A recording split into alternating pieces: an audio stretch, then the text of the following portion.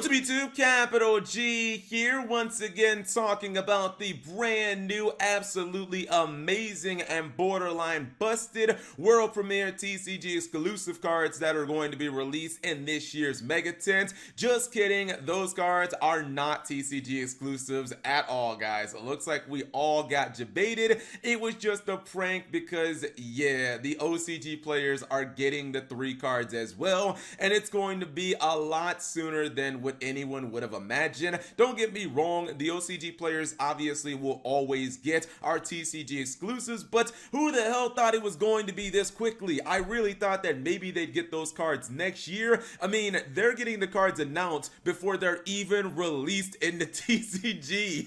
What type of shit is that? We all know, I mean, let's just be honest, we all know that the OCG is Konami's favorite. I mean, that's like Konami's first son, and the TCG, we're the second son, we're the little brother. We get all the hand-me-downs, and I think it's pretty obvious that there is a little bit of bias. Look at the World Championship. They threw out the TCG ban list completely. They said, nope, OCG ban list is what we're pretty much going on.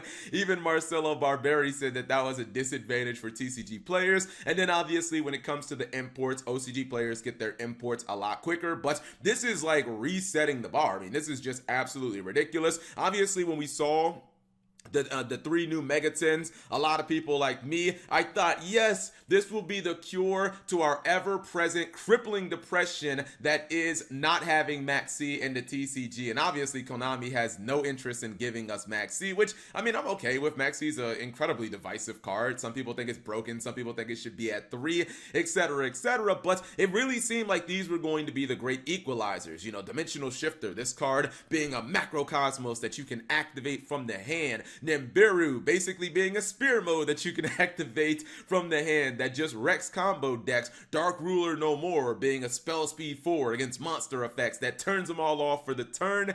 But yeah, the OCG players are getting these cards, and basically, they're just going to have to wait a couple of weeks. Now, it won't actually be a couple of weeks because I'm sure in the OCG there are some type of leaks like they have in the TCG where certain stores maybe open products up early. So chances are within like a week after us having these in our hands, OCG players will be playing them as well. Now, the really interesting thing was, and this is why I was kind of baffled by this, we already knew some of what was going to be in the Extra Pack 2019. And just for, I guess, the players out there, maybe you've been living under a rock, you don't understand what the Extra Pack 2019 or 16 or Extra Pack is. Basically, you guys know how in the TCG, whenever the OCG has exclusive cards, for instance, the Link Vrains pack, you guys know we don't get Link Vrains packs in the TCG, so all of those cards are OCG exclusives. Well, basically, in the TCG, Konami kind of imports OCG exclusives throughout our booster sets throughout the year. They just randomly kind of pick. I don't really know that there is any type of pattern.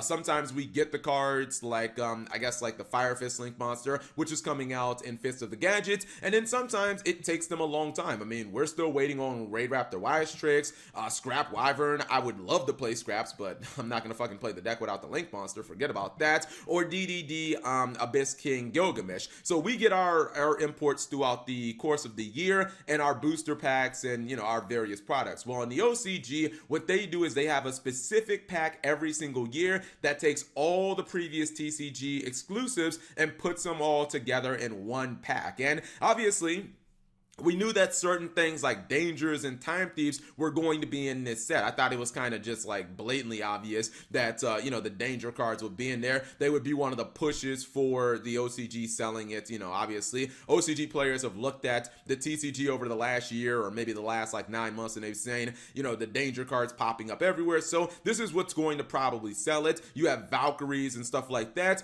But how do you get cards that are not even released in the TCG already for you, OCG? Like, how did you guys do that? That is some actual cheese. Now, it's not 100% certain what the full scope of this pack is going to be, because I'm at this point kind of wondering if they're going to get Dream Mirrors. You guys can see there's still a whole lot of space and there's a whole lot of unknown spots, and as of right now it is only confirmed that Dimension Shifter is going to be in this set. Have I been calling it Dimensional Shifter? Whatever, you guys know what I'm talking about. It is only confirmed that this one card of the 3 Megatin promos is going to be in there, because this is the OCG's official Twitter page. But let's be real, it would be asinine and it would would make no sense for Konami to import one of the 3 cards. Like, the other 2 cards are going to be in here. And yeah, I kind of feel like that even opens up the door for like Dream Mirrors, which again just came out like last month. Those of those probably might be in this set. And also I think that means that if